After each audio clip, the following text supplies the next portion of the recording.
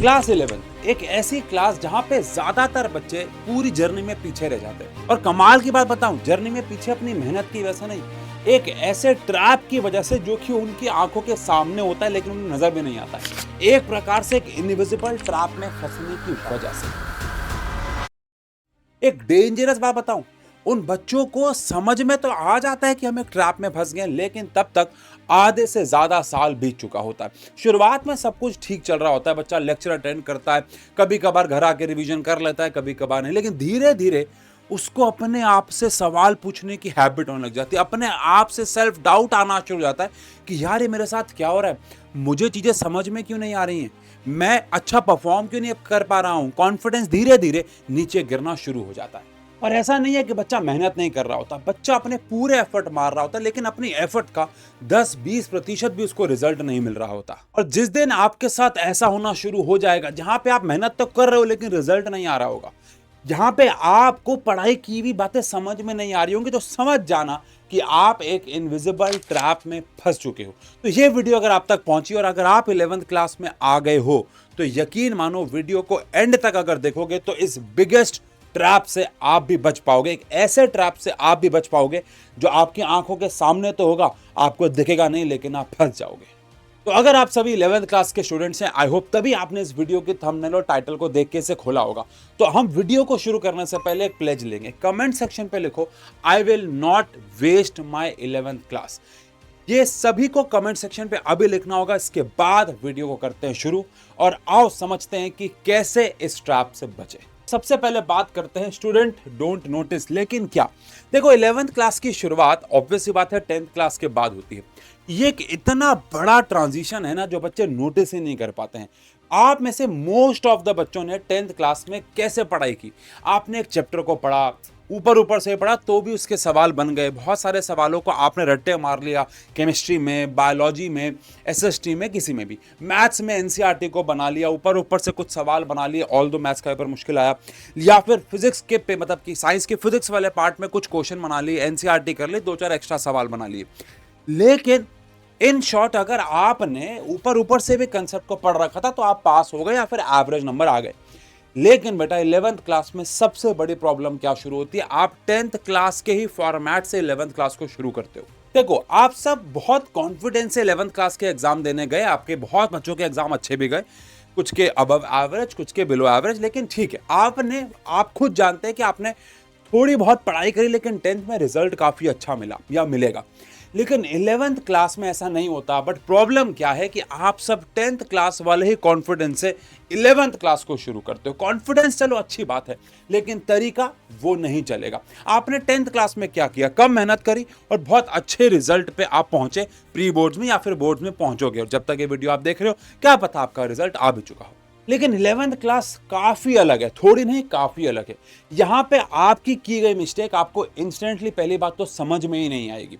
आप एक चैप्टर में कुछ टॉपिक्स छोड़ोगे तो वो इंस्टेंटली आपको अफेक्ट नहीं करेगा, लॉन्गर टर्म पे अफेक्ट करेगा। आप अगर एक टॉपिक को ऊपर ऊपर से पढ़ोगे तो कुछ बेसिक सवाल तो बना लोगे, लेकिन एग्जाम में आगे जाने वाले जो मुश्किल या घुमा फिरा के डेप्थ में क्वेश्चन आएंगे, उनमें आप फंसोगे। तो सबसे पहली गलती जो आप नोटिस ही नहीं करते, जिस ट्रैप में आप फंस रहे हो, वो है कि मैं 11th क्लास को भी 10th क्लास की तरह पढ़ूंगा। अब आप कहोगे सर ठीक है, अभी हम 10th क्लास से 11th क्लास में जा रहे हैं। अगर मैं 11th क्लास में जा रहा हूं तो 11th क्लास में जब मैं पहुंचूंगा, मैं अपने तरीके बदल लूंगा ना।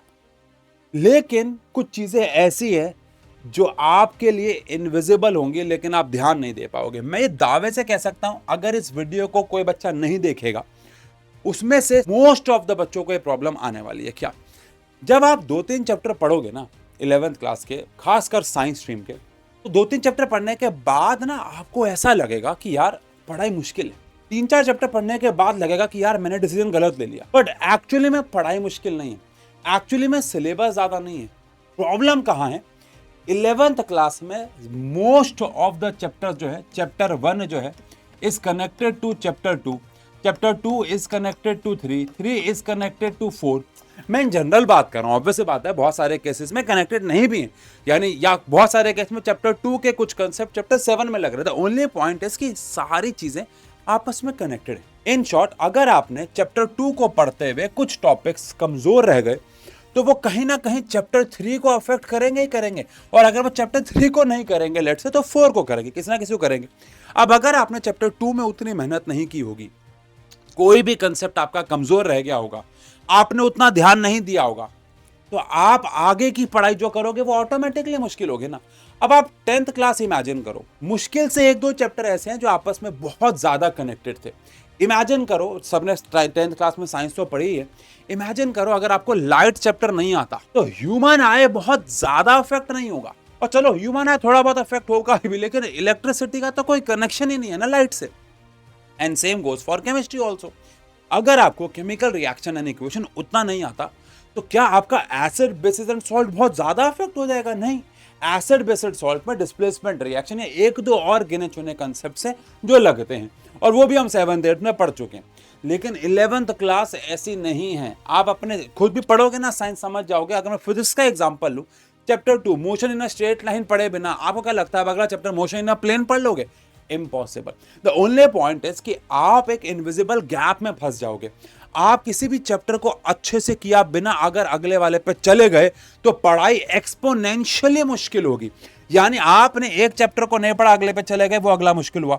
अब ये दोनों ढंग से नहीं हुए तो तीसरा और मुश्किल। तो मुश्किलें एक्सपोनेंशियली बढ़ती चली जाएंगी। ये है वो इनविजिबल गैप जिसमें गिर जाओगे आप। तो इस प्रॉब्लम का क्या सॉल्यूशन है? आंसर है आपको किसी भी तरीके से पूरे 11th क्लास में कॉन्टिन्यूटी को बरकरार रखना है। एक चैप्टर किए बिना अच्छे से मेरा कहने का मतलब हमेशा 70 to 80% होता है। 100% चैप्टर कभी भी अच्छा नहीं होता है, मोस्टली एवरेज बच्चों का।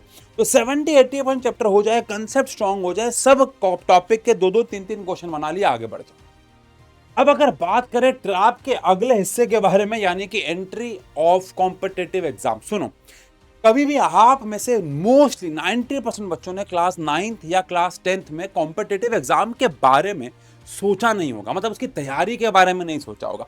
आप सबने सोचा होगा कि मैं जेईई का एग्जाम दूंगा, नीट दूंगा, सीए बनूंगा या कोई भी, लेकिन आप में से 90% बच्चों ने क्लास 9th और 10th में उसके लिए कोई एफर्ट्स नहीं मारे थे। लेकिन 11th क्लास में आते ही आपकी आधी से ज्यादा क्लास कॉम्पिटिटिव एग्जाम की तैयारी कर रही होगी। चाहे वो जेईई का एग्जाम हो, चाहे वो नीट का एग्जाम हो, चाहे वो एनडीए का एग्जाम हो, सीयूईटी का एग्जाम हो, कोई भी और एग्जाम हो, कॉम्पिटिटिव एग्जाम की तैयारी कर रही होगी। आधे बच्चे नहीं भी कर रहे होंगे, लेकिन वो आधे बच्चे बातें कर रहे होंगे उसके बारे में। तो आपके मन में एक प्रेशर बिल्ड होगा कि यार मुझे अब 11th क्लास को भी संभालना और कॉम्पिटिटिव को भी। अब होगा क्या कि इस प्रेशर में आपको ऐसा लगेगा कि ये दोनों अलग अलग है। आपका कोई दोस्त कॉम्पिटिटिव एग्जाम के लिए अलग ट्यूशन जा रहा होगा या बैच परचेस कर रखा होगा, और सीबीएसई के लिए अलग बैच परचेस कर रखा होगा, जो कि चलो ठीक है, कुछ हद तक सही भी है। लेकिन क्या दोनों की तैयारी अलग अलग है? आंसर है नहीं। लेकिन आपको ऐसा लगता है कि मुझे कॉम्पिटिटिव एग्जाम की तैयारी अलग से करनी है और बोर्ड की तैयारी अलग से करनी। अरे भैया, कंसेप्ट तो सेम है ना। बस फर्क क्या होता है कि जैसे कि आप एक वीडियो गेम खेलते हो, वीडियो गेम में 10 लेवल होते हैं। तो आपके स्कूल के यूटी पूटी पीरियोडिक टेस्ट हो गए लेवल 3 लेवल 4, आपका बोर्ड का एग्जाम हो गया लेवल 5 लेवल 6, और कॉम्पिटिटिव एग्जाम हो गए 8 9 10। यानी कंसेप्ट तो वही है ना, रिमोट के बटन तो वैसे ही दबाने हैं ना बेटा, तो कंसेप्ट तो वही आएगा। बर्नौली थ्योरम के ऊपर 11th में भी सवाल आएंगे, कॉम्पिटिटिव एग्जाम में भी आएंगे, लेकिन वो सवाल काफी ज्यादा कॉम्प्लिकेटेड होगा, प्लस कंपटीशन आपका बहुत ज्यादा लोगों से हो रहा होगा, और आपके मार्क्स के ऊपर टोटली आपको जज किया जाएगा। इन शॉर्ट, आपको सबसे पहली बात जो ध्यान रखनी है वो ये रखनी है कि कॉम्पिटिटिव एग्जाम और आपके स्कूल एग्जाम ये दो अलग अलग चीजें नहीं है, बस दोनों के लेवल में फर्क है। तो एक कंसेप्ट को ऐसे पढ़ूंगा कि मैं यहां भी लगाऊंगा और फिर उसको वहां भी लगाऊंगा, दोनों को अलग मत समझो और अपने फोकस को डिवाइड मत करो। जब फोकस डिवाइड होता है तो दोनों चीजें अच्छे से नहीं होती। तो इस ट्रैप में मत फंसना कि दोनों अलग चीजें हैं। मैं ये नहीं कह रहा दोनों की मेहनत अलग से नहीं करनी है, करनी है। दोनों को अलग अलग ट्रीट आपको करना बिल्कुल भी नहीं है। अब इसी ट्रैप की आखिरी पड़ाव पे मैं आपको समझाना चाहूंगा एक ऐसे बच्चे की कहानी जो हर साल रिपीट होती है। आप अभी के लिए इसे एक्स मान सकते हैं। तो यहां पे एक एक्स नाम का बच्चा है। अब सुनना ध्यान से। एक्स नाम का बच्चा क्लास में आता है 11th में। 11th क्लास में आते ही उसको लगता है कि मैं कॉम्पिटिटिव एग्जाम की तैयारी भी करूंगा और बोर्ड के एग्जाम की तैयारी भी करूंगा। इस ट्रैप से अलग बात कर रहा हूं। वो आता है, मुझसे ऑफलाइन पढ़ता है, मेरा ऑनलाइन बैच भी ले रखा है उसने, वो यूट्यूब पे बाकी लेक्चर्स देखता है, अपने दोस्तों से अलग अलग ट्यूशन सेंटर्स के मटेरियल भी लेता है, दोस्तों से उनके ऑनलाइन दूसरे एडटेक्स के पेड बैचेस के मटेरियल भी लेता है और अपने साथ बहुत सारा मटेरियल इकट्ठा कर लेता है। अब उसको लगता है कि मैं जितनी ज्यादा इंफॉर्मेशन जहां से लूंगा, मैं उतना ज्यादा कॉन्फिडेंस गेन कर पाऊंगा, मैं उतनी ज्यादा नॉलेज गेन कर पाऊंगा। वो एक ही चैप्टर का यूट्यूब लेक्चर यहां से भी देख रहा है, वहां से भी देख रहा है, वहां से भी देख रहा है, मेरे से पढ़ के जा रहा है और मेरा ही वन शॉट यूट्यूब पे भी देख रहा है। तो उसको ऐसा लग रहा है मिस्टर एक्स को कि वो जितनी ज्यादा अलग अलग सोर्सेज से इंफॉर्मेशन गेन करेगा उसके लिए उतना बेहतर होगा। और ऐसा नहीं है कि मिस्टर एक्स में मोटिवेशन और एनर्जी की कमी थी, नहीं। और ऐसा भी नहीं है कि वो एक अच्छा बच्चा नहीं था, काफी ब्राइट स्टूडेंट, मोटिवेशन और एनर्जी से भरा हुआ। लेकिन प्रॉब्लम कहां शुरू हुई? प्रॉब्लम शुरू हुई 3 से लेकर 4 महीने के बाद। उसने नोटिस किया कि जब वो सवाल बना रहा है तो उसे कंसेप्ट तो फेमिलियर लग रहे हैं, लेकिन वो क्वेश्चंस को उतने अच्छे से नहीं बना पा रहा है। कहीं ना कहीं क्वेश्चंस में उसका कॉन्फिडेंस नहीं है। उसने ये रियलाइज करना शुरू कर दिया कि उसने पढ़ाई को सही डायरेक्शन में नहीं किया। उसने ये रियलाइज करना शुरू कर दिया कि वो थ्योरी में इतना ज्यादा बिजी हो गया कि उसने क्वेश्चंस कैसे आने वाले हैं एग्जाम में इसकी प्रैक्टिस ही नहीं की, सही डायरेक्शन में काम नहीं किया। इतने ज्यादा अलग अलग सोर्सेज से इंफॉर्मेशन ले ली कि कहीं ना कहीं उसके अंदर भी खिचड़े पक गई और वो भी कंफ्यूज होना शुरू हो गया। और ये सब चीजें उसके स्कूल के यूनिट टेस्ट और हमारे ऑफलाइन के टेस्ट में झलकना शुरू हो गया। अब जब उसके हमारे ऑफलाइन टेस्ट में मार्क्स कम आने लगे, देखो मैं ये नहीं कहूंगा कि उसके मार्क्स बहुत कम आए थे, जब उसके टेस्ट में मार्क्स कम आए तो मैंने उससे बात करना शुरू किया। देखो मैं पहले क्लियर कर दूं, ऐसा नहीं है कि उसके मार्क्स बहुत कम आ रहे थे, लेकिन 20-30%, कभी कभार 40% नंबर कम थे जितने उसके आने चाहिए थे। कुछ कुछ टेस्ट में उसकी परफॉर्मेंस बहुत ज्यादा बुरी थी, कुछ में ठीक थी। तो मैंने उससे बात की, मैंने कहा यार मिस्टर एक्स क्या दिक्कत आ रही है? तो उसने बताया कि सर वो ना कॉम्पिटिटिव एग्जाम की तैयारी भी कर रहा है और बोर्ड की भी तैयारी कर रहा है। तो मैंने कहा हाँ क्या हुआ, कोई दिक्कत थोड़ी है इसमें? तो उसने कहा लेकिन सर मैं ना अलग अलग सोर्सेज से पढ़ रहा हूँ जिसकी वजह से मेरी फ्रीक्वेंसी मैच नहीं हो पा रही है, और वो किसी भी टॉपिक को बिना अच्छे से क्लियर किए बस आगे बढ़े जा रहा है। इन शॉर्ट, अगर हमारे यहाँ पे उसका चैप्टर 1 चल रहा था तो कॉम्पिटिटिव एग्जाम में चैप्टर 4, चैप्टर 5, चैप्टर 6 चल रहा था, जिसकी वजह से उसकी फ्रीक्वेंसी मैच नहीं हो पाती और वो समझ नहीं पाया। और फिर मैंने उसको एक बहुत प्यारी गाइडेंस दी और मैंने उसको समझाया, वो बहुत अलग प्लान है, ये मैंने समझाया हुआ है कि कॉम्पिटिटिव एग्जाम और बोर्ड की तैयारी को साथ कैसे मैनेज करें। उसकी ऊपर वीडियो बनाई भी है, दोबारा बनाऊंगा। लेकिन वहां मैंने एक बात नोटिस की कि अगर आपके पास प्रॉपर गाइडेंस नहीं है तो आप कॉम्पिटिटिव एग्जाम की तैयारी 11th-12th के साथ बहुत मुश्किल से कर पाओगे। यानी 12th के बाद आप ड्रॉप लोगे ताकि आपका फोकस एक ही पॉइंट पर, लेकिन क्या 11th-12th के बच्चे साथ में पढ़ाई करके नहीं? अच्छा, अगर आपको डेटा के बारे में पता हो तो ज्यादातर बच्चे जो हमारे टॉप रैंक में आते हैं वो 11th-12th वाले बच्चे ही होते हैं, ड्रॉपर नहीं होते हैं। तो बस आपको जरूरत होती है एक सही गाइडेंस की कि भैया 11th-12th के साथ कैसे हम एंट्रेंस एग्जाम की तैयारी बहुत बेहतर तरीके से करें। एंड दैट इज व्हाई हम लोग कॉम्पिटिटिव एग्जाम्स को भी इस बार इंट्रोड्यूस कर रहे हैं अपने पेड बैचेस में, ताकि आप हमारे साथ अगर पेड बैच में या फिर यूट्यूब पे पढ़ रहे हैं तो आपकी वो सिनर्जी, वो फ्रीक्वेंसी मैच हो, ताकि आप भी इस ट्रैप में ना फंसे। हमारे कॉम्पिटिटिव एग्जाम के बैचेस, चाहे वो एनडीए का हो, चाहे वो सीयूईटी का हो, चाहे वो जेई और नीट का हो, जिसके बारे में मैं 5 मिनट आपसे बात करूंगा, इन सारे बैचेस को इस तरीके से डिजाइन किया गया है कि आपके बोर्ड के एग्जाम की पढ़ाई भी अफेक्ट ना हो और आपकी कॉम्पिटिटिव एग्जाम की तैयारी भी। और सिर्फ आपको लेक्चर्स नहीं मिलेंगे, सही गाइडेंस के साथ आपको लेक्चर मिलेंगे। हर एक कॉम्पिटिटिव एग्जाम के लिए स्पेशलाइज्ड टीम है। अगर आपका सपना एनडीए है, पहले एनडीए के बारे में बात करते हैं, तो हम लोग लेके आए हैं एनडीए का बैच, जिसमें आप 11th की पढ़ाई, स्कूल की पढ़ाई के साथ एनडीए की तैयारी कर सकते हो। यहाँ पे आपको मिलती है live classes, instant recording, unlimited video access, class के PDF, chapter wise full length mock test, dedicated doubt solving session और एक प्रॉपर स्ट्रक्चर टाइम टेबल। तो अगर आप 11th क्लास में और हमारे पेड बैच में एनरोल होना चाहते हो 11th क्लास स्कूलिंग के, तो साथ में आप एनडीए की तैयारी भी कर सकते हो। सिर्फ एनडीए की तैयारी करना चाहते हो तो उसके लिए भी बैच है। सारे बैचेस आपके सामने स्क्रीन पे चल रहे हैं विद देयर प्राइस। अभी 30% ऑफर चल रहा है तो प्राइजेस आपके सामने, अदरवाइज ये प्राइस बढ़ जाएंगे। बिल्कुल सेम तरीके से हम जेई और नीट के भी पेड बैचेस लेके आए हैं। Samarpan batch for JEE and Samarpan batch for NEET.